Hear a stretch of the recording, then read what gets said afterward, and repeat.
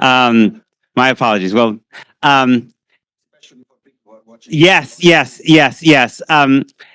The No Jewish commentary that I know would reject the idea that the first human beings you encounter in Torah are not Jews or Israelites or even proto-Jews or Israelites. They are before Abraham. They are universal human beings, Adam and Eve and the generations that follow until Abraham. And I think that, to me, that the foundational message there is that all human beings are created in the image of God and have inherent, inalienable worth. Rabbi Abraham Joshua Heschel said, the human being is the only thing created in the image of God. Every human being created equal in the image of God. And it seems to me that is a foundational lens through which to see everything in Jewish tradition, because this is the beginning of Torah. And I think it has very dramatic implications for how we think about the relationship between individuals and states. We were just talking about the Israeli Orthodox social critic Yeshayahu Leibovich, who I write in my book.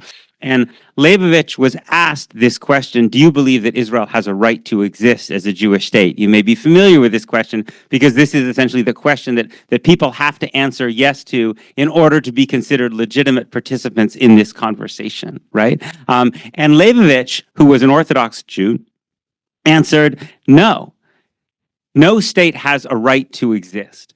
He went back, he said, human beings have a right to exist because human beings are created in the image of God. States have only conditional value, not unconditional value. They're instruments. They may be necessary, they can protect human life and create conditions for human flourishing, and they can destroy human life.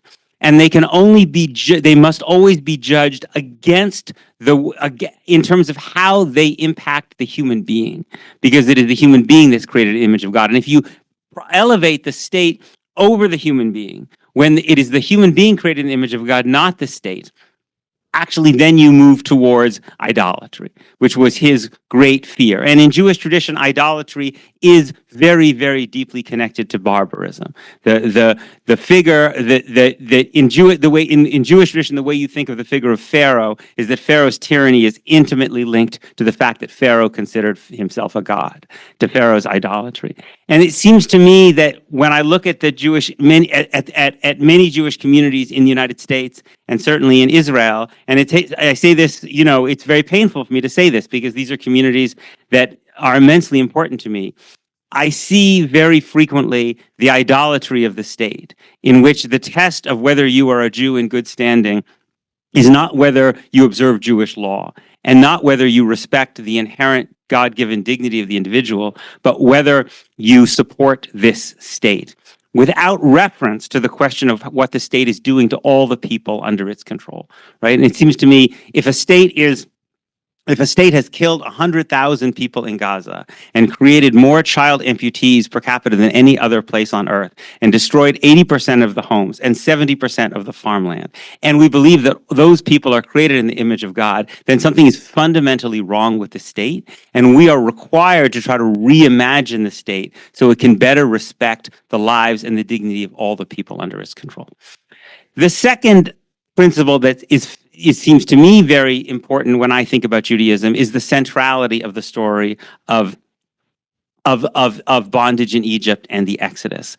This is referred to again and again and again throughout Torah as a kind of guiding principle. And you may know, Jews read through the Torah, the first 5 books of the Hebrew Bible, one portion a week. And this last Saturday's portion is Parsha Mishpatim, which follows the giving of the 10 Commandments and is a whole series of laws, right? And again in Parsha Mishpatim, and then subsequently in Torah, you see this refrain: you must not oppress the stranger because you know the heart of the stranger, because you were strangers in the land of Egypt. It recurs again and again and again. And on this line, the Spanish Jewish commentator Nachmanides, Moses ben Nachman, has this lovely interpretation. He says, why do you need to be told to not oppress the stranger. And he said it's because when people see the stranger, when they see the person who is the outsider, the person who doesn't have status, doesn't even have potentially protection of law, they think I can do whatever I want to that person because they have no one to protect them, right? Because they have no power, because they have no status and rights, right? It's so resonant of the situation we see here. And Nachmanides says the point of this verse in Mishpatim is to remember that that is not the case, right? Because even if there is no human power that recognizes the rights and dignity and pressure of the stranger, God does. That is the lesson of the story of the bondage and the exodus from Egypt. And so to me, that also leads to the principle that, which again, you see clearly in Mishpatim, other places in Torah, that there should be one law for people. We are all strangers to one another in some sense, right? So there should be one law for the person that you consider the stranger, and that should be the same law as yourself, that people should live under the same law. And whether Israel-Palestine is going to be partitioned into two states or whether there's one state or how many states, to me actually is less important than the principle that governs these states.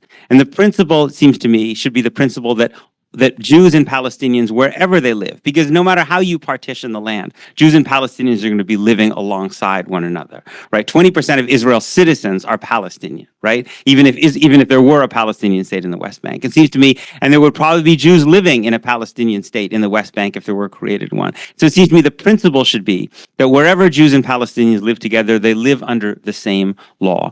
This is the same principle that we're fighting for with a lot of difficulty here in the United States. It's the principle that people are fighting about in India, in Hungary, in France, across the world, a global struggle about whether states are the property of one tribe and everybody who's not of the dominant tribe is a guest at best, or whether all human beings who live in a state are equal irrespective of their race, religion, and ethnicity. And I'll end here.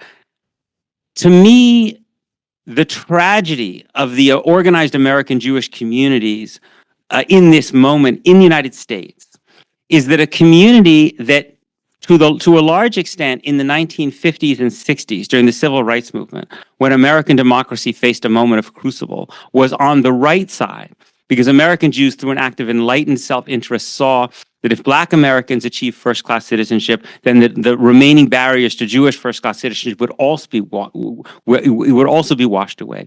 That the legacy of the move towards focusing on Israel as the centerpiece of organized American Jewish life, which really happened starting in the 1970s, has meant that the most powerful American Jewish organizations, like AIPAC or the Anti-Defamation League, when they look at politicians, the fundamental question they ask is, does this politician support unconditional support for Israel? And when they look at other communities, the question they ask is, does this other community unstintingly support Israel no matter what?